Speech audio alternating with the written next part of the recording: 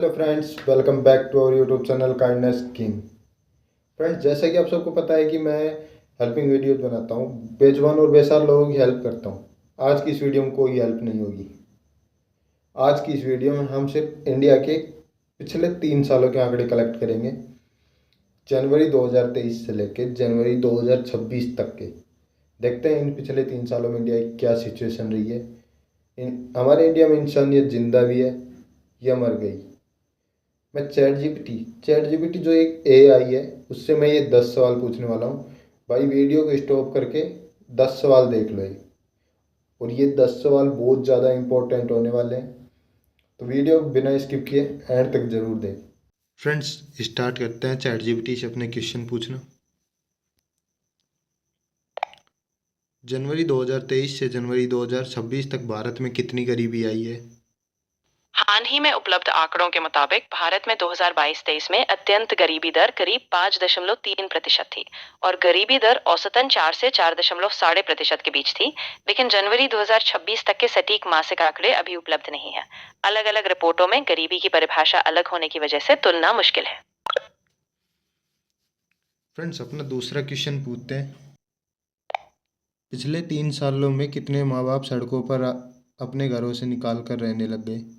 मुझे खेद है, लेकिन इस सवाल का कोई ठोस आंकड़ा मुझे नहीं मिला जिसमें बताया गया हो कि पिछले 3 सालों में कितने माता पिता घरों से निकालकर सड़क पर रहने लगे हों। अगर आप चाहें तो मैं इस तरह के आंकड़े या शोध के बारे में और जानकारी ढूंढ सकती हूँ। फ्रेंड्स, सेकंड क्वेश्चन का जवाब चैट जीपीटी के पास अभी नहीं है, सटीक जानकारी नहीं है। आगे की वीडियोज में बता दूंगा। पिछले 3 सालों के अंदर भारत में कितने रेप केस सामने आए हैं? पिछले 3 सालों में भारत में पुलिस में दर्ज रेप मामलों की संख्या 2021 में 31,677, 2022 में 31,516 और 2023 में 29,670 थी। यानी कुल लगभग 52,863 मामले दर्ज हुए। ध्यान रहे कि ये सिर्फ रिपोर्टेड केस है। वास्तविक संख्या ज्यादा हो सकती है क्योंकि कई घटनाएं रिपोर्ट नहीं होती। 2023 से 2026 तक कितने रेप केस सामने आए? 2023 से 2026 तक के रेप केसों की राष्ट्रीय स्तर पर पूरी संख्या उपलब्ध नहीं है।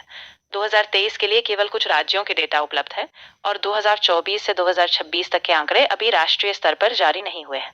कुछ मीडिया रिपोर्टों में 2023 में महिलाओं के खिलाफ अपराधों पर लगभग 0.7% बढ़ोतरी का जिक्र है, लेकिन ये सिर्फ समग्र अपराध के डेटा है। फ्रेंड्स, अपने तीसरे क्वेश्चन का जवाब, सटीक जवाब भी चैट जीपीटी के पास नहीं है। जो क्वेश्चंस के जवाब ये चैट जीपीटी अभी नहीं दे रहा, उन क्वेश्चंस के आंसर मैं नेक्स्ट वीडियो में दे दूंगा। चौथा क्वेश्चन करते हैं। भारत में हर साल कितनी गायें काटी जाती हैं? भारत में हर साल गायों की काटने की सटीक संख्या बताना मुश्किल है, क्योंकि आमतौर पर उपलब्ध आंकड़े सिर्फ मवेशियों की कुल संख्या बताते हैं, न कि सिर्फ गायों की। उदाहरण के लिए 2017-18 में करीब 34.10 लाख मवेशी काटे गए थे, लेकिन सिर्फ गायों का डेटा अलग से नहीं है।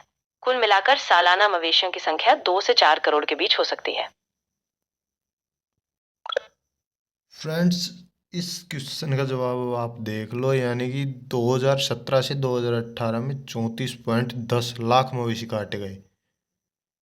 गायों की संख्या भी सटीक नहीं बता रहा है ये, लेकिन अब तक 2017 से 2018 में, यानी कि भाई 6 7 8 साल पहले 2 से 4 करोड़ जानवर काटे गए हैं भाई।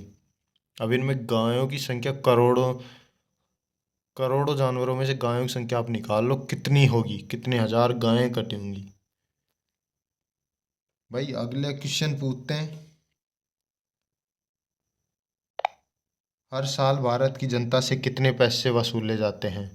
हर साल भारत सरकार अलग अलग स्रोतों से टैक्स वसूल करती है। 2023-24 में प्रत्यक्ष कर की नेट वसूली करीब 19.58 लाख करोड़ रुपए थी और अप्रत्यक्ष कर यानी जीएसटी से करीब 22.8 लाख करोड़ रुपए वसूले गए। कुल मिलाकर है, जिसमें प्रत्यक्ष और अप्रत्यक्ष दोनों तरह के कर शामिल हैं। भाई, अब आप खुद देख लो कि भारत की जनता से लगभग 22.08 लाख करोड़ रुपए वसूले जाते हैं। इतने रुपए जनता देती है सरकार को, फिर भी भारत में इतनी तरक्की नहीं है। अपना अगला क्वेश्चन करते हैं। अगर यदि भारत का किसान 6 महीने फसल ना उगाए तो भारत की क्या स्थिति होगी? अगर भारत के किसान 6 महीने तक फसल नहीं उगाते तो देश में काफी गंभीर स्थिति बन सकती है। खाने की कमी बढ़ सकती है, महंगाई बढ़ेगी और आर्थिक संकट पैदा हो सकता है। खासकर अनाज और अन्य जरूरी चीजों की आपूर्ति में भारी कमी आएगी, जिससे किसानों, उपभोक्ताओं और पूरे देश की आर्थिक और सामाजिक स्थिरता पर असर पड़ेगा। जीपीटी, अब मुझे इसी से रिलेटेड एक क्वेश्चन का आंसर दो कि अगर भारत का किसान मंडी में अपने फसल का रेट क्यों नहीं लगा पाता? अच्छा सवाल है।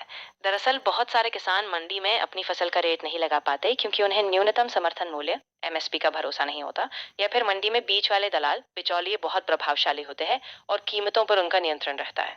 इसके अलावा कई बार किसानों को अपनी फसल जल्दी बेचनी पड़ती है, जिससे उन्हें मजबूरी में कम दाम भी स्वीकार करने पड़ते हैं। इससे रिलेटेड मुझे एक क्वेश्चन का आंसर और दो। अगर यदि सभी किसान मिलकर अपनी फसल का खुद रेट तय करें तो क्या होगा?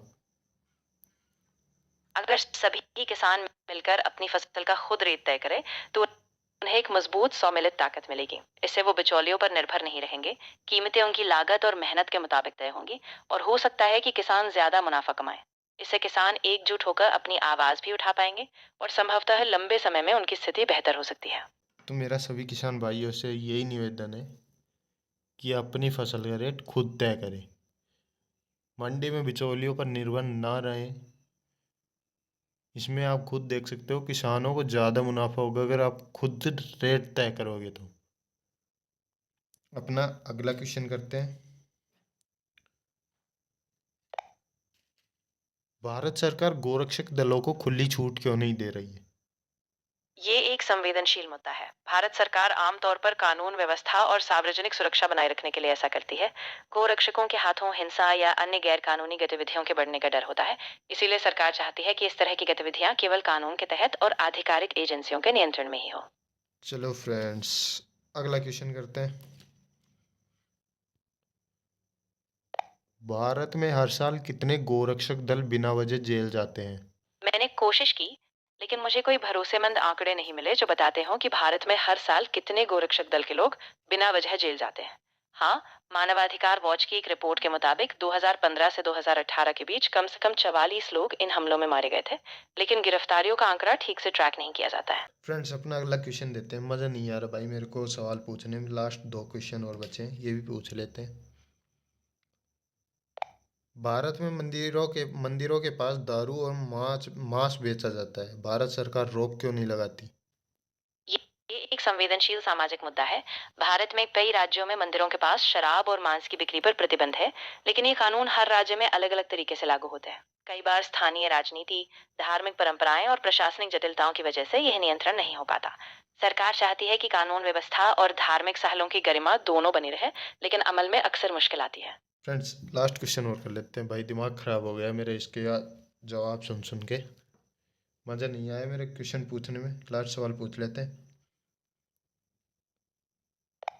अगर सभी लोग गाय को राष्ट्रमाता बनाने की कोशिश के लिए हड़ताल और धरना प्रदर्शन करें तो क्या होगा?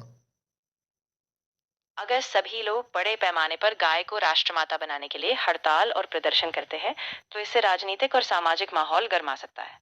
कुछ लोग इसे एक सांस्कृतिक और धार्मिक पहचान के रूप में देखेंगे, जबकि कुछ इसे एक असली सामाजिक या राजनीतिक विवाद बना सकते हैं।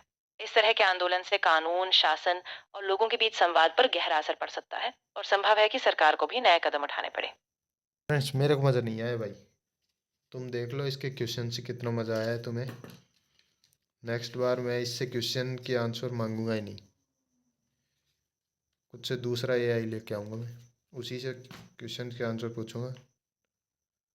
मिलते हैं नेक्स्ट वीडियो में, तब तक के लिए जय हिंद।